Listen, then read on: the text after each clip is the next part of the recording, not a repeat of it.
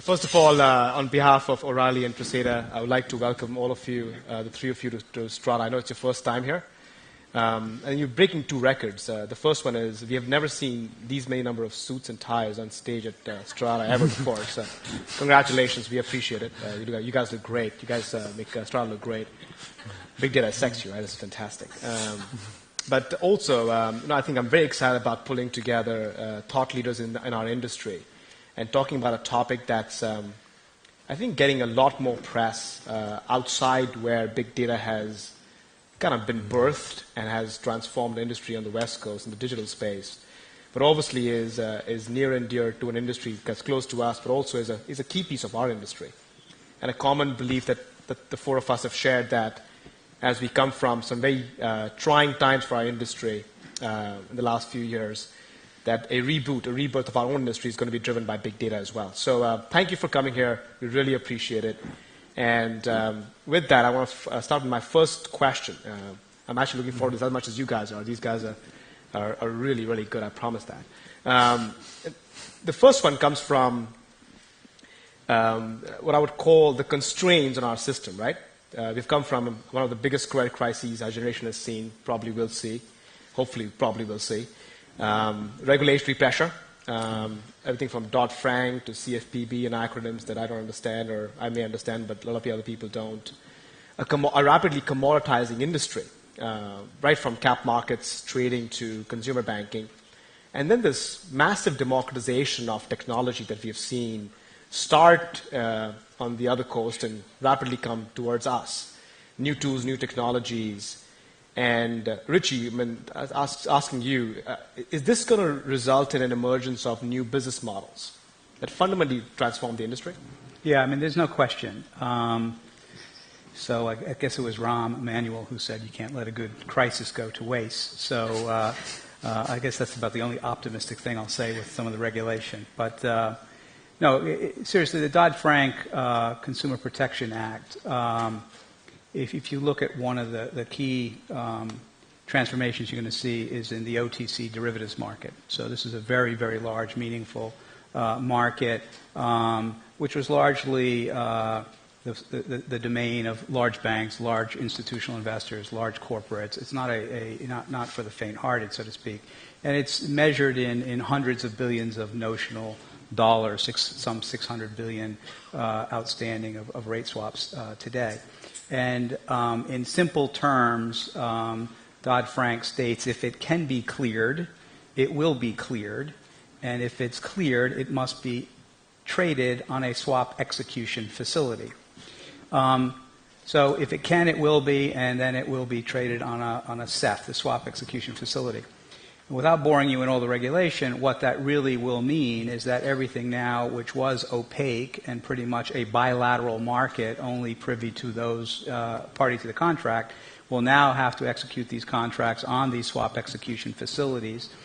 And very key to this is all of the transactions now are going to be converted to data. And the trade data, the execution data, will get deposited in what they call a SDR, swap depository, swap data repository at the near end, so at the execution point. And at the back end, at the end of the clearinghouse, all the risk is then reported to the regulators. Again, data. But so what was a fairly opaque market will now be a very transparent market. Mm-hmm. And there'll be just reams and reams and reams of new data that people will have available, and there'll be, as I said, this very opaque market will be transparent. So I mean, to your question, will something new emerge? Absolutely, this is a transformation of an existing market to a new market. But in doing so, there'll be a whole transformation of this execution process. And doesn't this need a new ecosystem as well, Alan? So you've got a opaque industry going to a very transparent OTC market, a very transparent model. This crew here loves to talk about open data and transparency, right? Sure. So there's an ecosystem that needs to emerge around this to absolutely. It'll be on both sides. From the financial institution side, just to add more challenges to what Richie was talking about, you add the capital requirements that get added on top of these businesses. Overnight, some of them suddenly become dramatically less profitable. So you've got a whole set of businesses on the capital market side, but also on the retail side that need to reinvent themselves, the mortgage business, parts of the card business, et cetera. And it will be, if you look at where most of the banks in at least North America are going, it's more share wallet, et cetera. They're all trying to develop this, and it will be through data. There are a whole set of new providers that need to spring up and help them do this, right? Managing all these interfaces, managing the data, drawing the insights out. They're just not set up to do this, right? They typically have operated in silos, and this, by its very nature, says I need to take a single view of the customer. Some are good at this, but many still haven't figured out how to do this.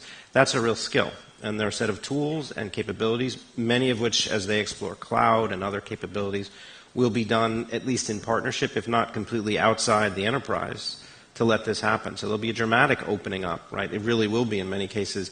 The banks have a lot less capacity to invest and build this themselves. The model has to be at the highest level open source to get there. So it will, I think, dramatically open, and new providers, new capabilities, et cetera, will be what you're going to see a lot of in the next 2 to 3 years. Interesting. And Roy, you're actually leveraging some of this change, this dynamic reformation of a massively profitable, it used to be, but continue will be a profit pool, revenue pool industry. And from your perspective, how do you see these opportunities emerging? Where are the pockets of these? Well, I think it goes through stages. So companies first see the opportunity, and then they do kind of the obvious thing. They insource as much as possible. They gather their own data sets. They crunch it. It's a big secret, and they hope to have a competitive advantage. But as it commoditizes, other factors also become important, because by then their competitors also have done the same thing. So in the more commoditized world, data center scale matters. You can see this with Google. They build very large data centers, not many, many, many small data centers. The scale does matter. Your peak loads relative to your average loads matter. When you're doing data mining, you spend a long time thinking about what to do, and then it runs for maybe a few days or a few months. But there are gaps. You don't have a uniform workload. So if you could just share workloads with somebody else, you could kind of smooth it out and have your average capacity and your peak capacity be about the same, and therefore not waste a lot of money. And then finally, there's all the data that's going to come in. So Richie mentioned all of the data from swaps and so forth that will be available. That's exactly the data you need, but it's exactly the data everybody else in your industry needs. It's going to be expensive to assemble it, to clean it up, and to kind of massage it into a purpose. And that can basically be outsourced to a service provider. So I see eventually a lot more outsourcing happening in this market. Yeah, very interesting. Now, I was remiss to do this, maybe a cardinal mistake to not introduce you when I started, but I think now that people have heard the perspective, I'll do a quick introduction. Okay. It wasn't by design, but I think it's going to work out really well. All right? So Alan Weinberg leads the banking technology ops practice at McKinsey. Richie Prager, head of global trading at BlackRock, the world's largest asset manager. And Roy Laurence. Roy is a former CTO at Cap One and Reuters. That's an interesting combination, Roy. And is also the acting director for the Center for Computational Econometrics? Economics at Courant NYU. That was a big one, so I got to get right. So this is fascinating. You look at an industry that is going to transform. You look at these macroeconomic as well as technology changes that are happening around us. Some negative, not that positive, but probably a growth, an area for opportunity. And then you see these emergence of new models, as what you point, Roy, about a greater need for outsourcing some of the data capabilities to drive the transformation. And there is an elephant in the room that we always talk about in close quarters that I like to pose to the industry itself that you represent, which is data as a service, right? This whole notion of will financial services companies embrace the cloud? Whatever cloud may mean, not the water vapor in the air, but really, right? Data as a service, analytics as a service, the ability to mine the information, not housed within their own walls. Right. What do you think our industry is something that will embrace that concept and leverage some of the new innovation as well as the new companies doing that? So I think it will happen faster rather than slower. As I explained earlier, I think the economics drive outsourcing. I think as industries get re-regulated and then everybody quickly moves to a new, very competitive basis, advantages disappear and costs become important. Outsourcing also, using services, also lets you move more quickly. because when new data sets become available, everybody needs to get access to them. And you can basically, those are scalable events, and an outsourcing service provider can actually scale where you can't. So I think you'll see more of it. Interesting. Richie, any thoughts? No, I completely agree. In fact, I'd say it's already here. It's not so aspirational. If you look in the markets where we operate today, our fine mayor of the city started there, and his Bloomberg data services are quite robust, very necessary to investors like ourselves. We see external data providers we have to insource for all sorts of things, just marking all our positions. We need an independent mark. Even though we have the data ourselves, we have a conflict of interest. We can't use our own data, so we have to have third-party data. So without question, that's a service already existing in the market and a growing space. Alan, as you work with financial services companies, very large financial services companies in this country and beyond, what are you hearing from them?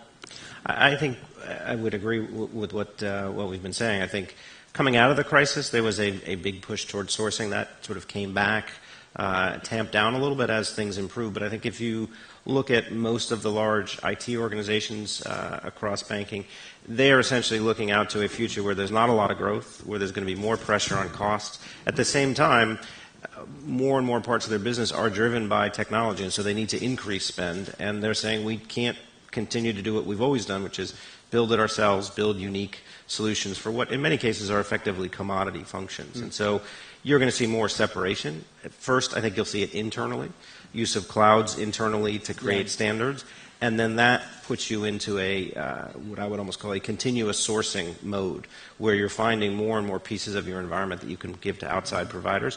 Maybe, by the way, that's some of your own people operating in a different way, but you need a longer-term, lower-cost model to support the business going forward, and that's how they'll get there. So I would agree. I think you're going to see more and more of that. As a quick follow-up to that, Richie mentioned, of course, that it's a storied mayor of the city. It is a cloud, right? It is absolutely a data-as-a-service company, massively successful. But as you think about this emerging trend, are you seeing some interesting companies emerge? New ones that we may not have heard about, or new technologies or new ideas that could be interesting in that space? Alan?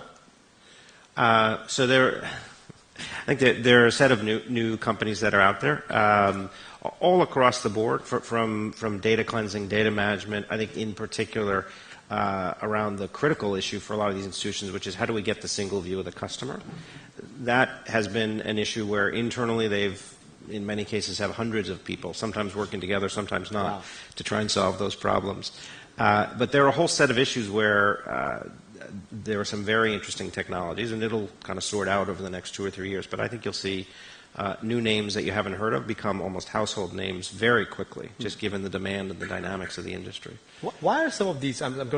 Why are some of these issues? Right? I mean, I'm asking a bigger, broader question. Single view of customer would seem kind of logical to do and solve, and would have been solved. Facebook knows, I guess, banking customers better than the banks do, and has a single view of customer, broader, right? They know their social lives, they know their pictures, they know where they've been. Why is that such an issue in our industry today?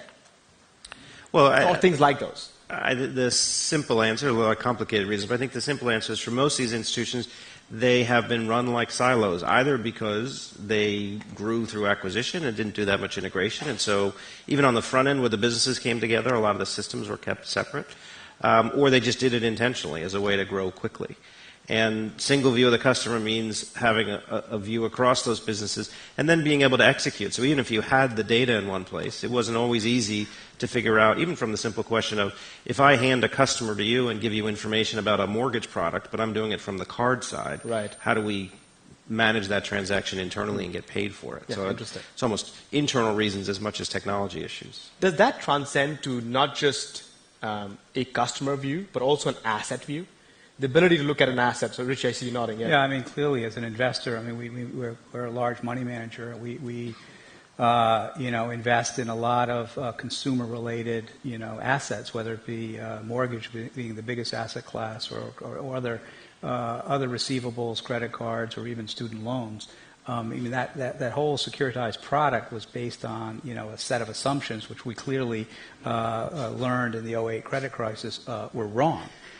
So instead of looking at these traditional models, why not understand every discrete loan that underpins these assets? At which point we could really make great investment decisions if we had visibility and transparency to what the exact credit was on every discrete loan. So to Alan's point, if you see that total picture of that consumer, and then you package those loans together, there's no longer a mystery. I mean, we don't have to, rely on a rating agency model.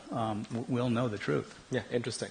Yeah. Roy, and it proceeds in stages. So you get to the stage where you discover, we can figure out every line, and we can know the credits discretely, and we can add them up, and then we would know something that the credit agencies don't know. So that's a competitive advantage.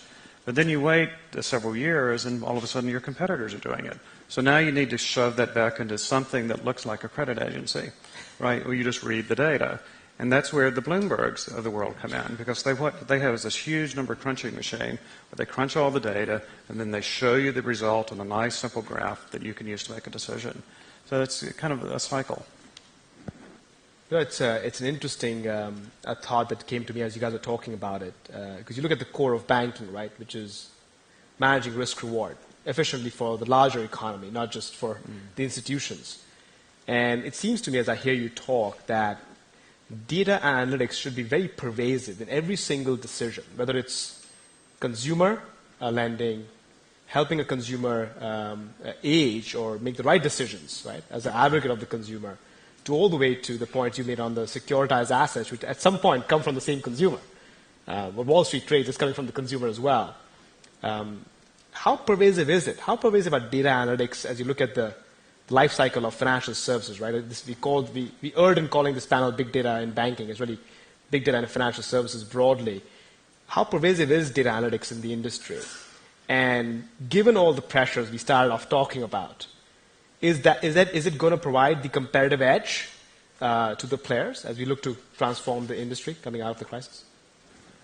Richie? Yeah, I mean, again, from the institutional investors' view, it's a huge edge. So you look at our firm, we manage $3.6 trillion. If you look at the annual trading turnover, it's about $12 trillion per annum. We actually that's have trillion with a T, right? Trillion, okay. TT. Yeah. Which unfortunately is the new billion. We have, we believe in these analytics so much so we have a dedicated trading research staff, and we're loading sort of a daily, basis about 3.5 billion bits of, pieces of information, whether trade quotes or transactional information. Peak could be 8.5 billion. And we actively use these tools. We actively use them to understand, everything from trading cost and analytics to the capacity of a certain trade. At that sort of amount, you want to know how much assets are available in the market, and we want to analyze that. Look at performance metrics of our traders as well as our portfolio managers. And a lot of that, what I just said, is actually a rear view mirror approach. And then you turn that all around and look forward, and now it's about alpha. How do you create, alpha opportunities to outperform having that data? So these analytic tools are absolutely critical for us. Yeah. I would argue that the analytic tools and finding the right ones is maybe the easy part of the problem. So I think companies that do analytics go through stages. You first start with what I call the MBA analytics. Right, those are easy to understand. You can figure them out in a couple of years of training. You can teach everybody on your staff to work with them. And you can have a whole management system that depends on that type of information. But after you crunch all of the MBA stuff, you need to get into the data mining and machine learning stuff. If it applies to your industry, that's much harder. And the people who talk about that stuff have their own private vocabulary. Right? And so now what you need to do is you need to hire them in and figure out what they're doing, and then figure out a way to work with them. So you can go badly wrong by having a very advanced number crunching group that you keep in the corner. Right, so the essence of Richie's story is they have a very advanced number crunching group that they keep around them, and they talk with them, and they figure out what they're saying to do, and then they actually do it. You think about the story of Capital One, an extremely successful analytical credit card company. Did they have the very best analytics? No. What they believed in, though, was they believed their analytics. They were very state-of-the-art for the time. And then they would actually execute their business plan based on what the analytics said were the right thing to do. And imagine your company does the same thing. So that's really the hard part. Right. You can buy the skills, right? But learning how to manage with them and believe in them and trust them enough so you can act on them, that's much harder. So I have a follow-on question for you, Alan, as you wrap up. Kind of bring it up. Big opportunity, industry that needs a transformation, big data analytics, a critical component of how the industry is run, built, has been built, will continue to be efficiently transformed for the larger benefit. What are the gaps? You need big data. You need the analytics. Obviously, we know, as Richie, you said, there were assumptions that were made that Emperor had no clothes, right, during the credit crisis. What are the gaps? What are the gaps that need to be plugged? Alan, any? That's a great question. I think, by the way, the answer, I'll try and answer it quickly, but it is quite different on the wholesale versus the retail side. Yeah. On the wholesale side, I think the methodology of going from what's the most interesting new piece of data I can get out there, testing it, putting it in a model, and running that into production, back testing, et cetera, is relatively well developed. Though you still sort of worry, given recent news on trading in various places, is it being brought together in an intelligent way? And in some places, are folks still getting lost in the model? And the output looks great. I think on the retail side, there's a huge gap in still understanding where is the value. Because at the end of the day, I have to sell a single product to a single customer. Now I can sell more and more over time. Right. Much harder, I think, for people to get their mind around that, and then all the things that follow behind it, to put the organization behind it, build the skills and capability. Then on the wholesale side, where there'd be no debate, the amount of capital you can quickly put to work is clear. What's very interesting, I think, what's happening, and this is a gap but being quickly filled, is the ability to test quickly. Small offers, build models quickly, get them out there, see what the results are, and before you scale up is a kind of inductive way to get there. I think the thing that's still missing is how do I really understand what the total size of the pie will be when I get this? Once that's clear, you'll see money pouring in. I think there's still small steps being taken until that's fully fleshed out. But isn't total size of the pie, I'm hearing you, the total size of the pie this pie is massive. This is not a question on, is it attractive to solve the problems? It is very attractive to solve the problems, isn't it not? Is it not? In theory, it's quite high, though in practice it gets complicated. The danger in some of this is you get a lot of people signing up for products, but then usage is very low. And now I've taken what was already a high cost structure and added to it. So getting it really sophisticated through the whole chain of, here's an offer at the right time, presented in the right way, all these variables, and one that you're actually going to use and it will drive revenue to me through share of wallet or transactions, whatever it is, still to be fully defined. And I think once that starts to happen, I think to Roy's point, there'll be a period of time where folks will make a lot of money and then it will become commoditized, but we're just in the beginning part of that curve now. Richie, Roy, any thoughts as we wrap up? I think the opportunity is huge. I think it's huge. And I just want a bit of semantics, but the state of the art versus the state of the practice. Right. And I think, as to Roy's point, it really is knowing how to apply it, and that's the state of the practice, and you have to trust it. That's a great point. Yeah, so the key training opportunity is for the middle managers, right? So they're the ones that will resist something because they don't understand it. So you have to train them in what the new technologies can do, and you have to get them comfortable with making decisions based on it. So that's actually a big task order that some companies will succeed in and many will fail. Well, gentlemen, on behalf of the audience of Strata, thank you so much for doing this. You guys are very good friends of the firm. You've been very kind to share your wisdom. And a big round of applause for our panel. Thank you so much. Thank you. Thank you.